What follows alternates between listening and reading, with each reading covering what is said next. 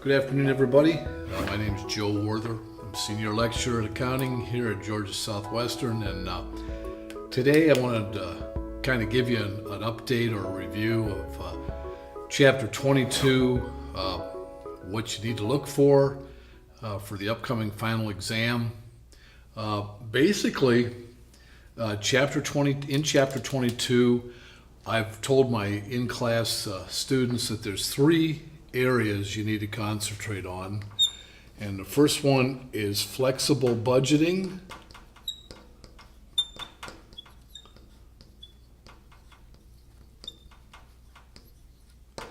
The second area would be responsibility accounting.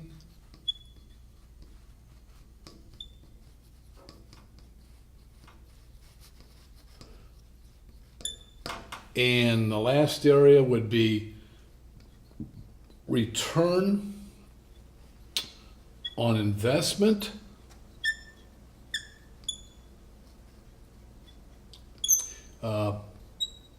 ROI is what we label it.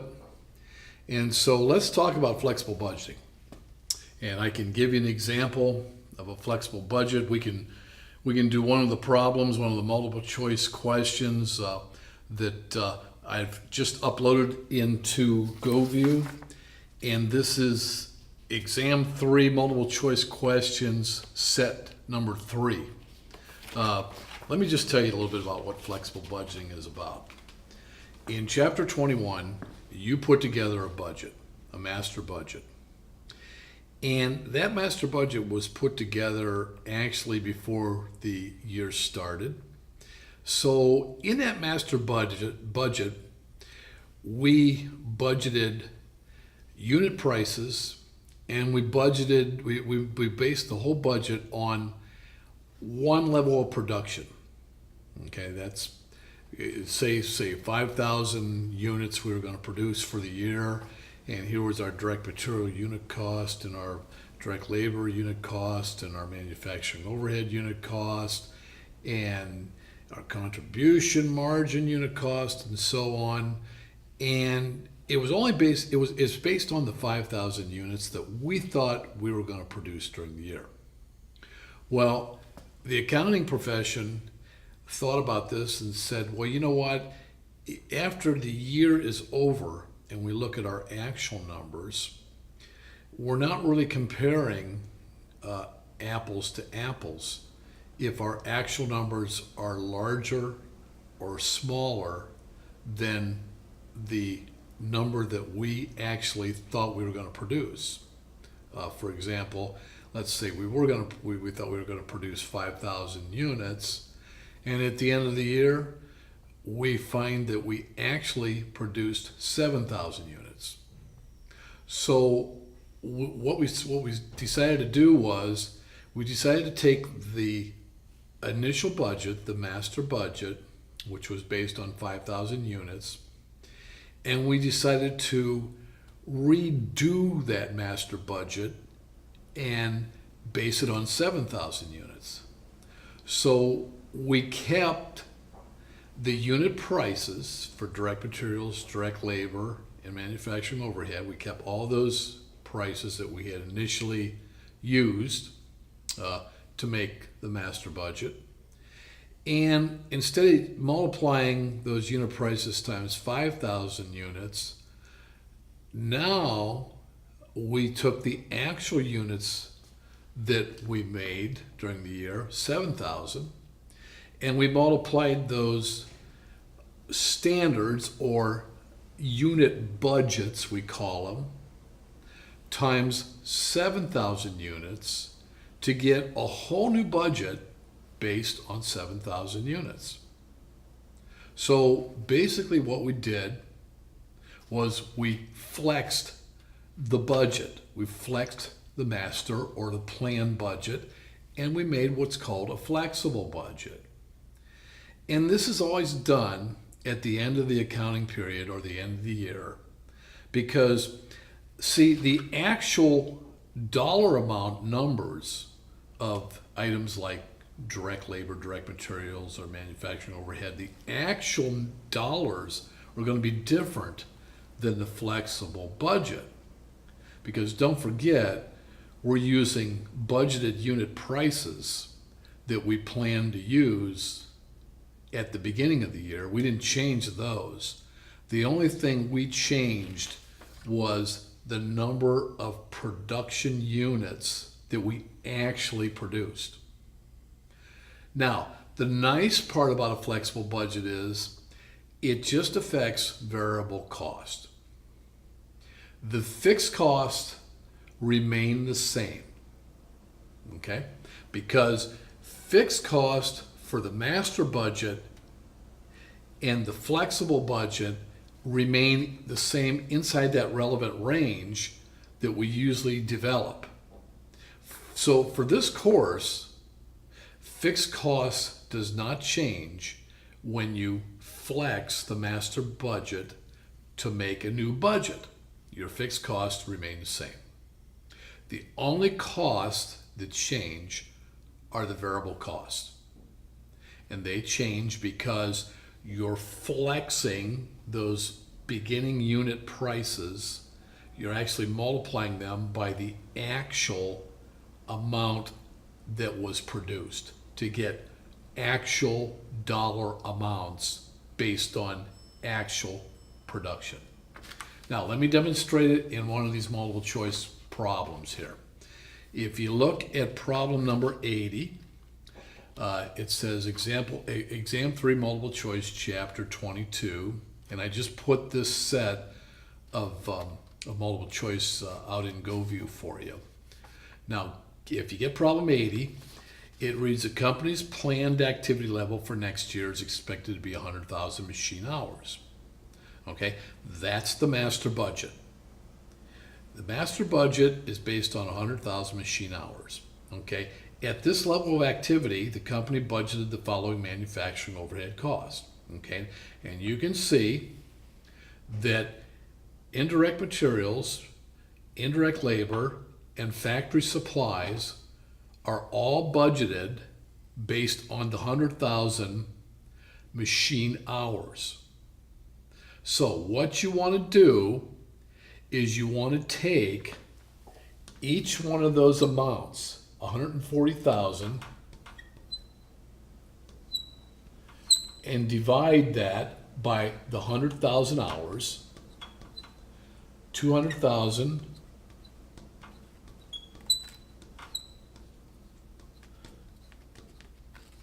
okay, dollars on the top, and of course 20,000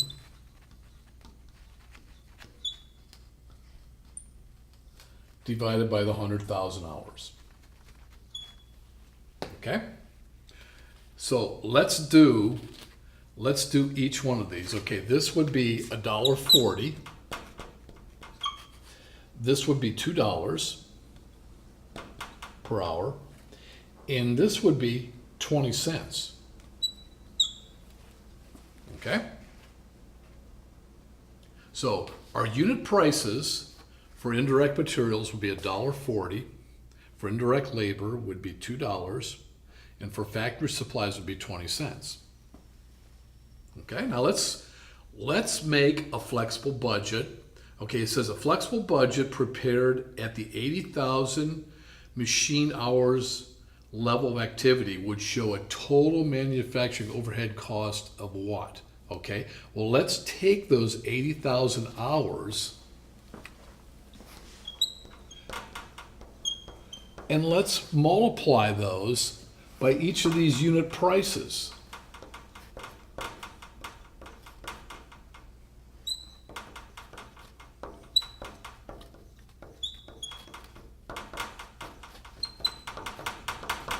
Okay, and let's just do that right now.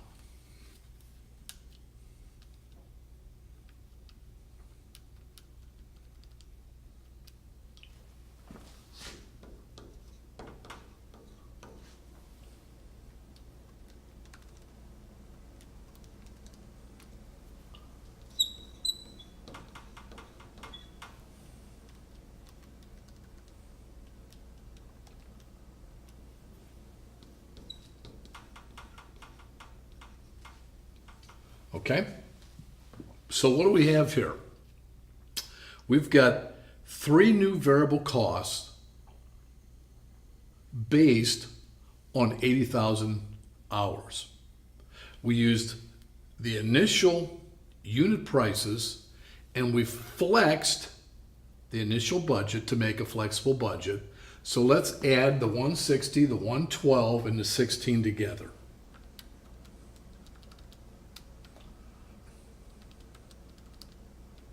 Okay, and you should get 288,000. Okay, that's the total variable cost of the new flexible budget. Now, that's not what the problem is asking. Okay, the problem is asking the total manufacturing cost. So we still have to add the fixed cost in. All right, well, let's add the fixed cost of 60,000, 10,000 for taxes, and supervision's 50,000, and this is 70 plus 50 is 120,000. Okay, and so let's take this total fixed cost here and let's add it to our total variable cost. And lo and behold, 408,000. Okay, and that's the answer. So again, we took the original 100,000 hours. We found out what unit prices were for variable cost accounts. And then we took those variable cost accounts and we restated the total of each of those accounts using the actual hours that we actually incurred during the year. And then, of course, the fixed costs stayed the same, and we added the fixed and variable costs together, and that's how we came up with our new total manufacturing cost based on the 80,000 hours. Now, that's a really good example of how flexible budgeting works, and you'll want to study. There's a couple different handouts of problems that I put out there that have these type of flexible budget problems in them.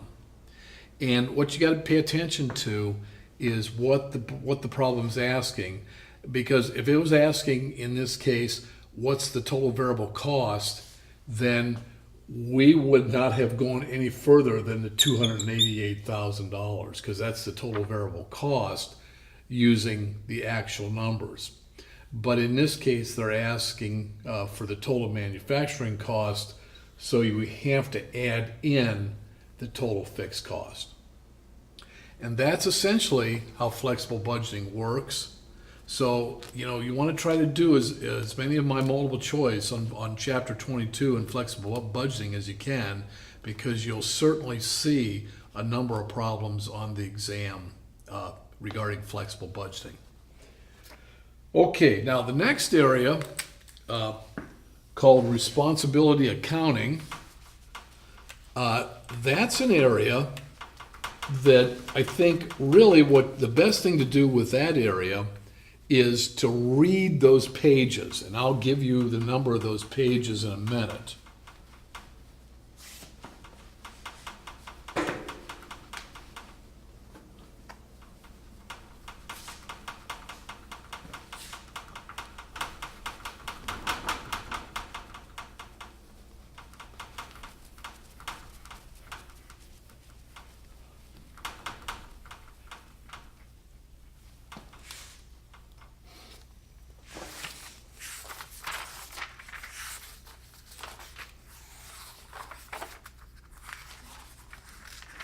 Okay, it starts on page 1145 and goes all the way over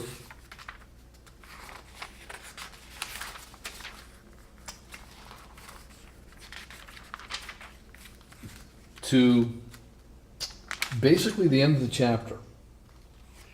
Anything that you see in blue bold print, you need to know. Okay, such as controllable and non-controllable costs. Okay, I want to know the difference, okay, between a controllable cost and a non-controllable cost. When we come to responsibility centers, there's a cost center, there's an investment center, and there's a profit center. And I'm probably going to ask examples of each of those centers. So you need to know that area real well. Let's see. One of the terms to be really aware of and to read about is management by exception. You will see at least one question asking you about management by exception. Okay, I want to know what that means. So, and of course, terms like decentralization and segments, and those are in blue bold on page 1146. You just want to read those pages, and you want to pay attention to everything in blue bold, and know what management by exception is, and controllable and non-controllable cost, and that leads in to ROI, okay, return on investment. And return on investment is basically controllable margin over average operating assets. Controllable margin over average operating assets. Okay, now what is controllable margin? Controllable margin is contribution margin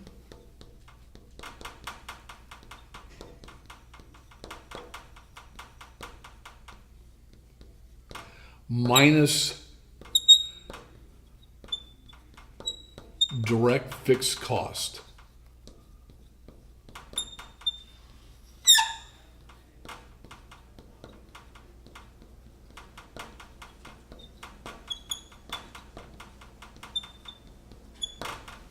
Okay? Contribution margin minus direct fixed cost. Now, pretty much most of the problems that I've put on this handout, Exam 3 Multiple Choice Chapter 22 questions, most of these problems are very straightforward. Okay? They give you the average operating assets, or they give you the controllable margin. Now, you may have one, like for example, number 129, where they have sales contribution margin, direct fixed costs. Okay, so if you know that controllable margin minus direct fixed cost is contribution margin minus direct fixed cost is controllable margin. If you know that, then you can say, okay, 150,000 minus 90,000 is 60,000 controllable margin. Now, in this problem, it says, how much of the ROI for the year, how much is ROI for the year if management is able to identify a way to improve the contribution margin by $30,000, assuming fixed costs are held constant? Okay, well, let's just increase the contribution margin 30,000. So if it's 150, it would go to 180,000. Okay, and they tell us to hold fixed costs constant. Okay, so we'll just keep that at 90,000 for direct fixed cost, and our controllable margin, our new controllable margin, will now be 90,000. And so if we take this 90,000 and we put that over our average total operating assets of 400,000,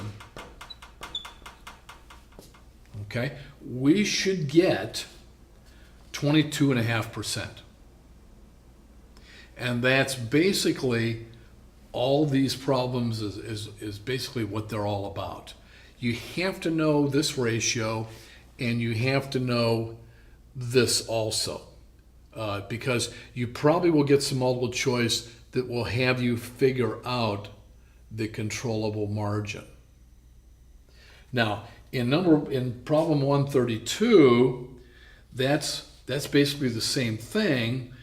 You just have to set up two of these ratios, one from the beginning of the problem, and then you make the changes that they tell you to make, and you do the new return on investment ratio, and you just compare, did it go up or did it go down? And I can tell you this, that the 46,000 of controllable margin, that will stay the same. That 46,000 will stay the same. The average operating assets will increase, okay? Because I believe they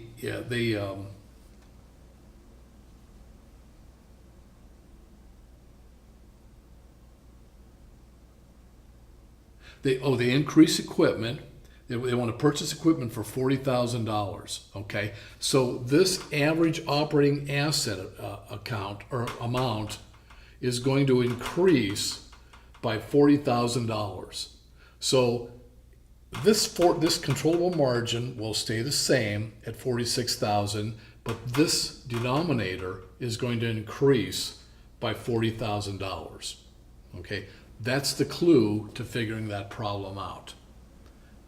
Now that's basically, see, you just have to know a little bit of accounting a lot of times with something more comprehensive, like a problem like problem 132. But that's all that is if you look at it, for the controllable margin is 46,000. Okay, the division is considering purchasing equipment for 40,000. Okay, so the equipment's going to increase this by 40,000. The original number by 40,000. Okay, if sales increase by 10,000, well, controllable margin would go up 10,000. Okay, but annual depreciation would also be 10,000, and that's a direct fixed cost. So that would lower controllable margin by 10,000. So your initial 46,000 here, this 46,000 would go up 10, but then back down 10. So this would stay the same at 46,000. Okay, and the average operating assets, and we can look and see what they are, 210,000. Okay, they would go up to 250,000. Okay, so basically what you'd have is you'd be comparing 46,000 over 210,000 initially to 46,000 over 250,000. You'd make those two ratios and compare to see which one's bigger. And if you make them, you will see that there is a decrease with the most current ratio, the one with the 250,000, you will see a decrease of 3.5%. So really what return on investment is, most of these are straightforward. You have to know those ratios, and you have to know that contribution margin minus direct fixed cost is controllable margin. You have to know that. And so that's pretty much it for chapter 22. Flexible budgeting, responsibility accounting, and return on investment, and then definitions like direct and indirect fixed cost, decentralization, segment reporting, management by exception, controllable margin. What is controllable margin? You know, anything you see in bold blue, you need to know, okay? Because there will be some theoretical questions on those bold blue items. Okay, I will be back next week with a little summary of chapter 23. We're not going to cover much in chapter 23. We're just going to cover a small portion of it. But nonetheless, there will be 2 exam questions on the final exam from chapter 23. Everything else, the other 38 questions, will come from chapter 22 and chapter 21. Thank you very much.